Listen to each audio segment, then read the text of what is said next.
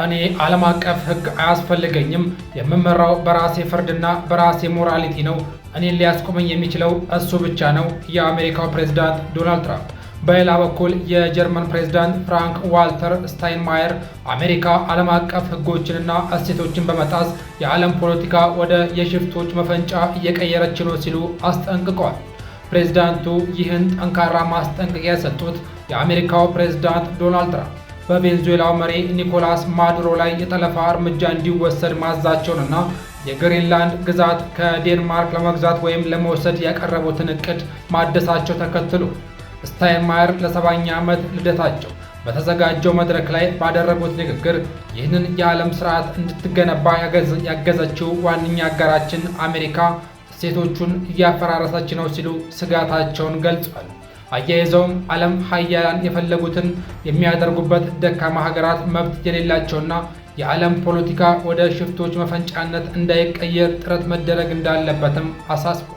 እንደኛ ያሉ መካከለኛ አቅም ያላቸው ሀገራትና ወደ ታሪክ ህዳግ ለመግፋት ሙከራ እየተደረገ ነው፣ ደካማ ሀገራት ደግሞ ምንም ጠባቂ የላቸውም ብለዋል።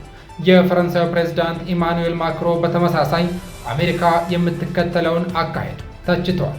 ማክሮ ለፈረንሳይ ዲፕሎማቶች በሰጡት መግለጫ አሜሪካ የተመሰረተች ሀያል ሀገር ብትሆንም ቀስ በቀስ ፊቷን ከአጋሮቿ እያዞረችና ከዚህ በፊት ስታራምዳቸው ከነበሩት ዓለም አቀፍ ህጎች ራሷን እያላቀቀች ነው ብለዋል። ማክሮ አሜሪካ ማዱሮን ከስልጣን ለማስወገድ የተጠቀመችበት ዘዴ እንደማይቀበሉትም ገልጿል። በሌላ በኩል ፕሬዝዳንት ትራምፕ ለኒውዮርክ ታይምስ በሰጡት ቃለ ምልልስ እኔ ዓለም አቀፍ ህግ አያስፈልገኝም ሲሉ ተደምጧል። ትራምፕ አክለው የምመራው በራሴ ፍርድና በራሴ ሞራሊቲ ነው፣ እኔን ሊያስቆመኝ የሚችለው እሱ ብቻ ነው በማለት እርምጃቸውን ተከላክሏል። አሜሪካ በቬንዙዌላ የወሰደችውን ወታደራዊ እርምጃ ማዱሮ በእጽ ዝውውር ወንጀል ለመያዝ የተደረገ የፖሊስ ኦፕሬሽን ነው ስትል ሰኞ ዕለት ፍርድ ቤት የቀረቡት ማዱሮ ግን እኔ የጦር እስረኛ ነኝ በማለት ንጽህናቸውን ተናግሯል።